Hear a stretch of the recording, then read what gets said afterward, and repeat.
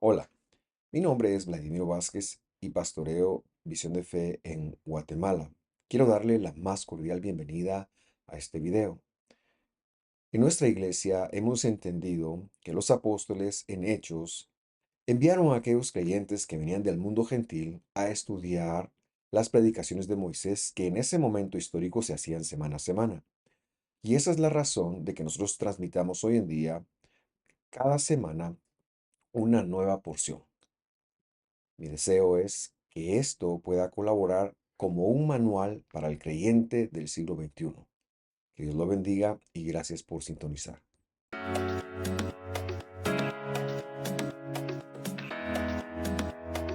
Quiero darle una muy cordial bienvenida a este estudio. Hoy nos toca la última porción del libro de Shemot, que se ha traducido al castellano como Éxodo. Y esta comprende el capítulo 38 y versículos 21 hasta el final del capítulo, es decir, el 40-38. Hoy queremos hablar un poquito de la adoración, el lugar santísimo y el lugar santo. Quiero recordarle, como siempre, que en primer lugar esto obedece al mandamiento apostólico de repasar la escritura con los gentiles que hemos entrado al movimiento de Jesús. En segundo lugar, también quiero recordarle que este es el cuarto año que estamos haciendo este esfuerzo y estamos muy contentos por ello. Eso quiere decir que ha habido un avance. Y como siempre me gusta iniciar desde ese pequeño repaso. El tema que veíamos el año pasado con respecto a los encargos y las cuentas era en función de los constructores del todo este elemento que vienen y rinden delante de Moisés. Vimos cómo fue que se aprovecharon cada una de las donaciones que habían dado los hijos de Israel para que se estableciera lo que Dios había pedido, y es que la idea de Dios era tener un lugar que lo representara y en el cual él pudiera empezar a cumplir su promesa de vivir en medio de su pueblo. Esto es lo que ha estado ocurriendo y por eso es que el santuario del desierto es tan importante, así como lo fueron el primer y el segundo templo, y por eso es que hasta el día de hoy nos llevamos esta lección porque queremos conectar cómo es que se vive eso el día de hoy y por supuesto cómo será cuando el Mesías regrese. En este momento histórico, me refiero al año pasado, hicimos las cuentas de cuánto costaría hoy cada una de las donaciones que se dio en oro y cómo fue que también se narró en esa porción que cada los constructores eh, ellos tenían que conectarse muy bien con Moisés y por eso vino Dios sobre ellos, porque lo que tenían que hacer era replicar un santuario que Dios le había mostrado a Moisés cuando le dio la escritura, porque este era el modelo en el cual Dios, en primer lugar, vendría a vivir en medio de nosotros y en segundo lugar, ofrecería reconciliación temporal hasta que él mismo viniera en persona. Ahora, esto lo que implica es que Dios tiene una promesa y la promesa es yo les voy a ser mi pueblo, ustedes van a ser, y yo voy a ser el Dios de ustedes. Para ello, Dios quiere venir a vivir en medio de nosotros, pero el problema es que si Dios en persona viene y llega hasta nosotros, nos destruiría por su santidad, porque nosotros somos humanos, somos pecadores. Por lo tanto, Dios hace una idea para este santuario, bueno, dos ideas realmente. La primera es de que le pide a Moisés que lo muestre a los constructores y ellos van a hacer un, un santuario que está en los cielos, que está concebido en la mente de Dios, que es donde Dios mora, pero que también contiene todos los elementos de cómo Dios va a reconciliar a su pueblo con él. Y así, este no solo es el lugar de habitación de Dios seguro, pero también lo es el espacio en donde el pueblo puede llegar a ser reconciliado. Y todo esto funciona como un tipo de lo que Dios va a hacer en el siglo I, cuando él mismo vino, dio su vida, fue el sacrificio perfecto y ahora ha dejado su habitación en nuestro corazón. Y aquí estamos hablando entonces de lo que ya pasó y de cómo es que esa promesa de Dios ahora se vive en nosotros por medio de Espíritu Santo. Vamos a tomar la lectura desde el versículo 1 del capítulo 39 para iniciar nuestra lección de hoy. Dice así: Hicieron, dice, las vestiduras de material azul, de púrpura y de carmesí. Está hablando de telas teñidas. Para servir, dice, en el santuario de esta versión, el verbo sí dice servir, ministrar, puede interpretarse también, o adorar también. Pero yo le coloqué qué quiere decir el santuario, la santidad. Ya me voy a explicar.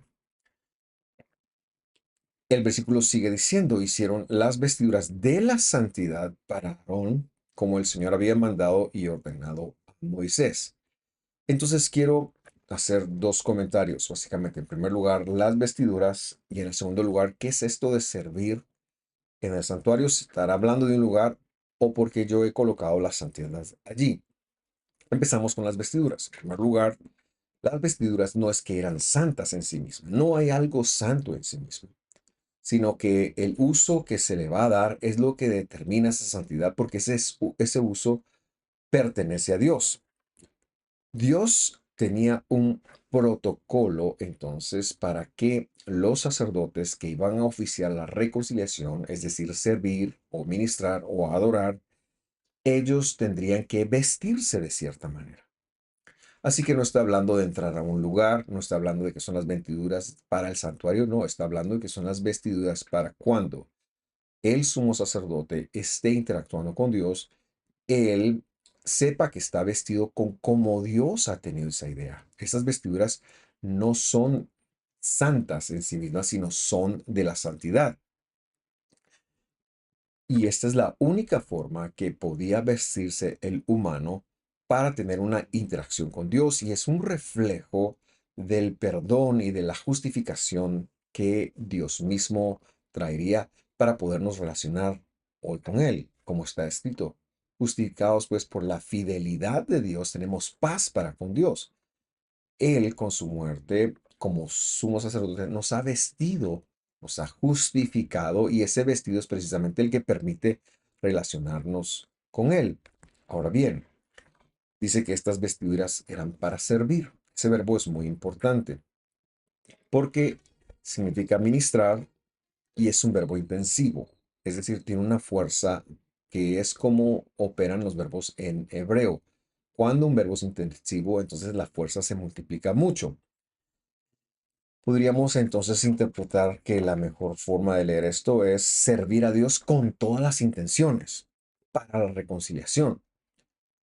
Pero también decimos que este verbo tiene que ver con la adoración a Dios, porque este es el concepto de adorar a Dios en la Biblia. El concepto parte de, en primer lugar, ser reconciliado y por lo tanto tener una relación con Dios, pero a partir de ahí nuestra vida va a ser dedicada a la administración hacia Dios, la administración vestidos de las, valga la redundancia, vestiduras de la santidad de Dios, de las vestiduras de Dios, nosotros ahora podemos ministrar con Dios, hablar con Dios. Hoy en día, la adoración se lo ha visto como esa parte de la música en donde cantamos baladas lentas y tenemos una percepción de que Dios está ahí y sentimos bonito. Y no tengo algo en contra de cantar y tener un momento con Dios y permitir que nuestro corazón se sensibilice y hablar de las maravillas de Dios. Al contrario, estoy a favor de ello. Pero lo que tenemos que señalar es que esto no necesariamente representa adorar a Dios, sino que el sacerdote para servir a Dios tenía que vestirse correctamente, repito, vestirse del perdón de Dios, vestirse de la reconciliación que Dios ha ofrecido. Por eso es que el creyente que adora, que sirve a Dios, conecta que servir a Dios o adorar parte de estar bien con Dios, parte de tener un corazón que guarda su palabra y que vive un estado continuo de arrepentimiento, de confesión de pecados y sobre todo de transformación de su humanidad a la estatura del varón perfecto, el cual es el Mesías. Agregamos entonces que adorar o servir es el acto divino en nosotros, es decir, es que Dios propicia un acto en nosotros, no puede partir de nuestra humanidad porque nuestra humanidad es caída, Y este acto nos lleva a humillarnos en primer lugar, a buscar su perdón, su gracia y recibirlo, a tener una reconciliación con Él continua y luego a mantenernos en su voluntad cada día en todo lo que hacemos. Esto implica que la adoración no es un momento en la iglesia. No, la adoración ocurre fuera de la iglesia, la adoración ocurre en el día a día, en la vida real, en donde una vez perdonados, una vez que hemos recibido a diario o en el momento que lo recibamos, la reconciliación con Dios, nosotros vamos y vivimos la vida guardando su palabra, cumpliendo su voluntad, es decir, haciendo sus mandamientos cuando nadie nos ve. Y repito, lamentablemente, hoy a esto se lo ha rebajado a ese momento de derramar el corazón. Y no tengo algo en contra de eso, como ya lo he dicho, pero sí quiero señalar que eso no es adorar. Adorar es lo que hacemos cuando ya no estamos ahí, cuando ya no percibimos que estamos siendo vistos por Dios o por los demás. La adoración entonces tiene que ver con reconciliarnos con Dios, ser perdonados y hacer su voluntad, es decir, guardar su Torah, guardar su palabra. Ahora, no se servía en el santuario, ¿verdad? Aquí no está hablando de un lugar, sino de una persona, y aquí solventamos lo que he dicho anteriormente. Yo le coloqué ahí que él servía hacia la santidad porque tiene que ver con sostener y mantener una relación con Dios.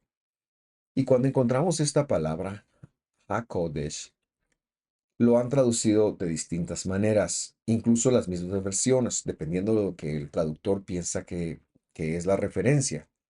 Pero lo que yo quiero que usted conecte es que HaKodesh, la santidad, no es una cosa, no es el santuario, no es un lugar, es la persona misma de Dios. Así como Dios se expresa por su fidelidad, Dios también se expresa por ser la santidad, es decir, Dios.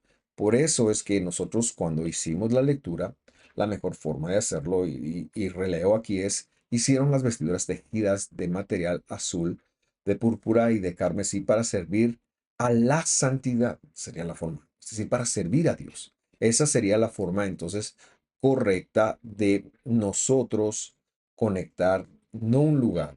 Y esto ocurre muchas veces, especialmente en el capítulo 16 de Levítico. Claro, que el sacerdote entraba a un lugar santísimo, ya hablaremos de esto, pero es que aquí en ese lugar figurativamente estaba Dios. Por eso él no entraba al santuario, él entraba a la santidad, porque Dios había depositado figurativamente su residencia en ese lugar, que era una seña de lo que él luego vendría después de su muerte y resurrección a hacer en nuestros corazones. Este lugar, entonces, conocido como el lugar santísimo, tenía eh, lo que se conoce como los elementos de ese lugar, ya los mencionaré. Aarón estaba presupuestado que tenía que entrar una vez al año, según lo establece en Levítico 16. Este día se conoce como Yom HaKippurim. HaKippurim, y él entraba a la santidad para hacer reconciliación por los pecados del pueblo, que era una representación de lo que el Mesías haría con su sacrificio una vez regresara al cielo y se mantuviera como sumo sacerdote de nosotros, presentando perdón por nosotros. Ahora bien, este sacerdote en este momento histórico, él no podía entrar cuando se le ocurriera, sino tenía que hacerlo cuando Dios lo había dicho, porque todo tenía que funcionar de acuerdo a cómo funcionaba en el cielo y de acuerdo a la idea de Dios. Por eso es que nosotros hemos de ser instruidos en todas las cosas, porque cuando nosotros seguimos a Dios, no desde nuestra creatividad, sino desde un entendimiento claro de que hemos sido reconciliados, perdonados por el sacrificio de Jesús, y de que también hemos de seguirlo desde la perspectiva de lo que su palabra dice, como está escrito, entonces estamos sirviendo a Dios. Entonces estamos viviendo para Dios. Entonces estamos adorando a Dios. Y Dios sabe esto y Él nos lo manifiesta viniéndose a vivir en nosotros, pero me estoy adelantando un poquito al tema. A partir de entonces el versículo 2 de este capítulo, el libro o la narrativa de la escritura será a comentarnos el desarrollo de todas las demás vestiduras, el pectoral, por ejemplo, la túnica del efod, en fin, varios detalles. Pero como mi tema es la adoración, el lugar santo y el lugar santísimo, yo quiero adelantar, porque lo veremos en otros estudios y en otros años, yo quiero adelantar la lectura hasta el versículo 32 del mismo capítulo. Así que le invito a leerlo conmigo. Dice así. Así fue acabada toda la obra de la morada, dice esta versión que es la Reina Valera actualizada. Yo le coloqué la palabra que está en hebreo que es Mishkan. Ya la voy a explicar. El tabernáculo de reunión yo le coloqué lo que está en hebreo que es Oel Moed, que significa la tienda de la cita y también lo voy a explicar. Dice, los hijos de Israel hicieron conforme a todo lo que el Señor había mandado u ordenado a Moisés, así lo hicieron. Empezamos entonces con la palabra Mishkan. Esta se ha traducido, como he mencionado, morada en esta versión, pero también la he visto traducida como tabernáculo, también la he visto traducida como santuario, y quiero explicar de dónde viene. El verbo shahan da origen al sustantivo Mishkan. Shahan significa habitar confiadamente. Por lo tanto, la palabra Mishkan querría decir morada o lugar de habitación confiada, en este caso de Dios. En hebreo también recibió un nombre, el Mishkan, porque ahora quiero definir cuál es el Mishkan. Se lo llamó Kodesh HaKodashim, y lo que esto significa en castellano es el lugar santísimo, así se lo ha traducido, aunque quiere decir la santidad de los santísimos.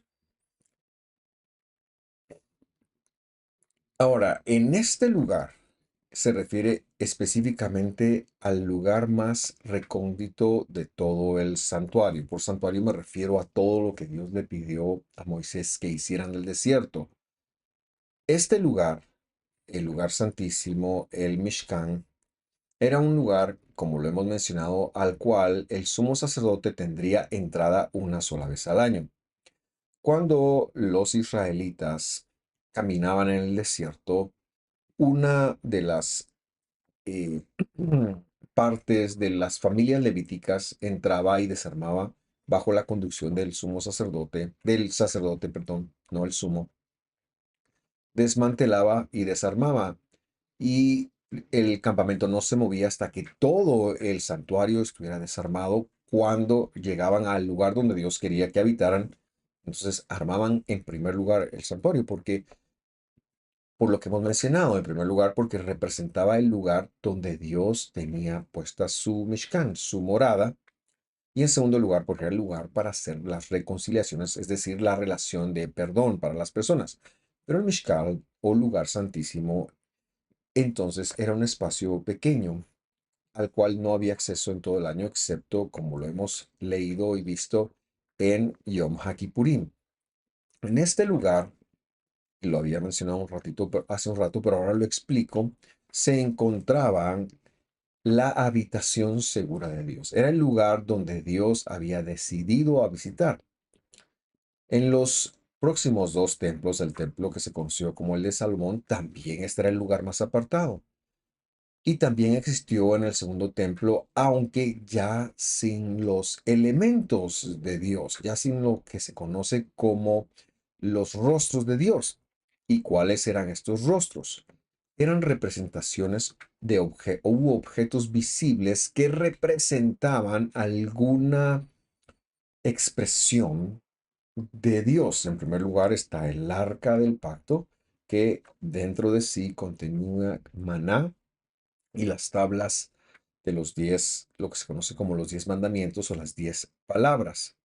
También estaba allí la tapadera de esta arca que se conoció en castellano como propiciatorio, pero que en hebreo se conoce como caporet y por la relación con la palabra capar, que es reconciliar, que es la que le da su origen, deberíamos de entender nosotros que esta tapadera que de una sola pieza también contenía a dos querubines, dice en castellano, viéndose el uno al otro, y que era el lugar a donde se llevaba la prueba de que había habido una víctima que había dado su vida, porque se ponía la sangre ahí, y era el lugar de donde salía la voz de Dios, era el siguiente elemento o representación física de Dios. Allí era donde Dios hablaba.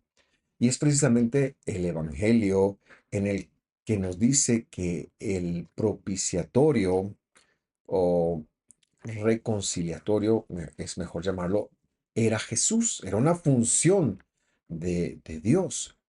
Y esto es muy importante porque vemos la manifestación de Dios desde siempre. Dios daba su palabra y muchos de los procedimientos que le enseñó Moisés los hizo saliendo la voz desde este lugar. Su palabra fue entonces dada por Jesús. La ley fue dada por Jesús. En ese sentido, también es importante conectar que la Biblia representa solamente un libro. No hay un antiguo pacto y un nuevo pacto. La Biblia es un solo pacto, solo que el pacto a partir de que Jesús viene tiene muchas mejoras, pero es el mismo pacto. Es el mismo pacto. El otro elemento que se encontraba ahí era un altar de oro en donde se quemaba el incienso. Este era para generar un olor agradable a Dios. Lo que quiero señalar es que todas estas cosas, el maná que se encontraba dentro del arca, al igual que la vara de Aarón, que no la dije, pero que estaba dentro del arca, las tablas de los mandamientos, el reconciliatorio o caporet, el altar del incienso, representaban rostros, así les llama la Biblia, panim les llama, o superficies visibles que hablaban de la obra redentora del Mesías. Y estas superficies, estos elementos que se encontraban allí y que también se encontraron en el primer templo, sobre todo, representaban la promesa o el intento, no, no me gusta llamarlo el intento, quizás es la primera estación del cumplimiento de Dios de venir a vivir en su pueblo. Y es que, como nos enseña Hebreos, cuando este mecanismo está funcionando en el desierto, no podía cambiar la conciencia de las personas. Generaba perdón, generaba reconciliación, por supuesto, pero no cambiaba la conciencia de las personas, por lo que era un tipo de lo que Jesús más adelante vendría a ser, porque Él, su sacrificio, sí cambiaría nuestras conciencias. Pero volviendo al lugar santísimo, estos elementos, estas superficies, estos objetos que estaban allí, entonces nos hablaban de que Dios empezaba a cumplir su promesa de vivir en medio de su pueblo. Y la Biblia le llama literalmente panim, son los panim de Dios, panim Elohim. Eso quiere decir los rostros de Dios. Lamentablemente, porque la palabra panim también significa frente a, empezaron a traducir la presencia de Dios. Y entonces se pensó como este era el lugar de la presencia de Dios. No, este era el lugar de donde Dios tenía sus rostros habitando y era por una, un, adelanto de que Dios iba a venir y vivir en nosotros. El problema es que en los últimos 30, 40 años a esto se le ha dado una connotación de presencia que tiene que ver con cómo el hombre se siente cuando está cantando, cuando está derramando su corazón. Y por supuesto que eso se va a sentir muy agradable, pero es que Dios está en todos lados, su presencia está en todos lados. Confesamos que Él es omnipresente y no nos hemos de confundir. Por eso procuro ser muy enfático que esto que está acá representaba el adelanto de la morada de Dios en medio de su pueblo y eran objetos visibles que estaban allí y que todos tenían un aspecto importante en la reconciliación del hombre y cuya llenura se daría cuando Dios mismo viniera a la tierra. Esto está en el lugar santísimo. Luego nos habla de la tienda de la reunión. Se acordará usted que le dije, o el Moed. Y esto quiere decir la tienda de la cita y se refiere a la carpa, al tabernáculo que cubría en primer lugar el lugar santísimo, pero también el lugar santo, que era donde los sacerdotes estaban, oraban, meditaban, salían a ministrar al pueblo. Y en este lugar encontramos una menorá o candelabro, la mesa de los panes de la reconciliación, panes de la proposición le llaman, pero esto no es claro.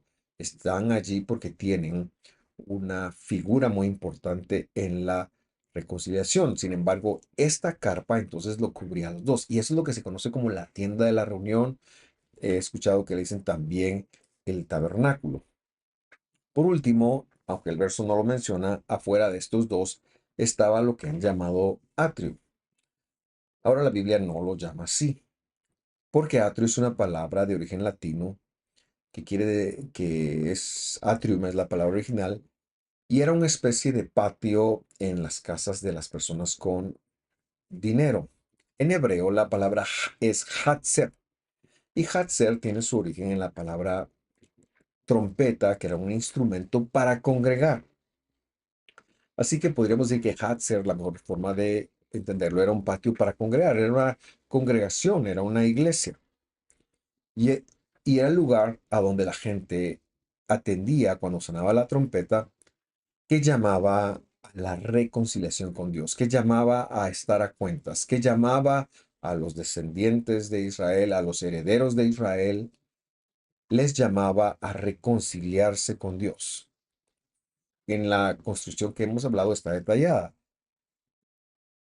pero no la menciona este versículo. Sin embargo, yo pensé importante mencionarlo acá porque era el lugar donde se encontraba el altar de los sacrificios, que era donde se hacían, estaba fuera entonces de la tienda, estaba fuera del Ohel Meod, estaba fuera del lugar santo, del lugar santísimo, y era entonces donde se hacían los sacrificios, y en ese lugar Dios otorgaba perdón. Entonces la persona llegaba, exponía cuáles eran sus pecados a los sacerdotes que estaban en un lugar santo, salían a atenderlos, y entonces ellos instruían bajo el poder del Espíritu Santo a la persona que llegaba cuál o cuáles sacrificios debería de presentar. Todo esto es hermoso, es maravilloso y es un desarrollo impresionante, pero todo eso se cumple en Jesús. Todo eso se cumple en Jesús. Por último, quiero mencionar que nuestro verso, el verso que leíamos es el versículo 32, termina diciendo que los hijos de Israel, es decir, los herederos de Israel, hicieron esto según el orden que Dios les había dado. Y esto es determinante porque Dios no estaba dejando la reconciliación a la subjetividad de nadie, sino que todo lo que es adoración, todo lo que es reconciliación, por adoración hablamos de servir a Dios afuera de nuestra comunidad, la creatividad humana no tiene espacio, sino que estos hombres, inspirados en Dios, hicieron el modelo tal cual Dios se lo había revelado a Moisés. Y ese es el verdadero orden, porque la adoración y el perdón de nuestros pecados, que es la reconciliación, es idea de Dios. La adoración en el sentido de guardar su palabra y comportarnos como Él espera. Y la reconciliación, por supuesto, porque Él es el que nos convence de pecado, Él es el que nos llama al arrepentimiento y Él es el que ha dado su vida por nosotros. Todo esto tenía que estar como Dios lo había dicho, porque no solo era una representación entonces de la obra de la reconciliación que Dios mismo ya había establecido en los cielos, en lo imaginario para nosotros, sino que ahora lo tendría en la tierra y esto lo representaba a él y lo representaría hasta que él viniera. El tercer templo, el segundo templo, perdón, fue destruido en el año 70 y nunca más volvimos a ver otro. Como hemos estudiado en Apocalipsis, el día que alguien decida levantar un tercer templo y matar animalitos y hacer sacrificios ahí, lo hará sin el respaldo de Dios, porque ya Dios vino. Hoy en día, Hoy en día, los rostros de Dios se encuentran en que Dios ha decidido morar en nuestros corazones. Servimos a Dios porque desde adentro de nosotros Él ha puesto su poder, el poder para la santidad, para caminar en su palabra, para ser como Él, para morir al viejo hombre, para morir al yo, para volvernos cada vez más como Dios. Y todo esto está conectado. Yo quiero dejarlo acá. Gracias por sintonizar. Deseo que tengan una muy buena semana, que Dios lo bendiga. Lo esperamos la próxima semana en donde estaremos iniciando el libro de Levítico. Gracias por sintonizar. Le envío un fuerte abrazo. Hasta pronto.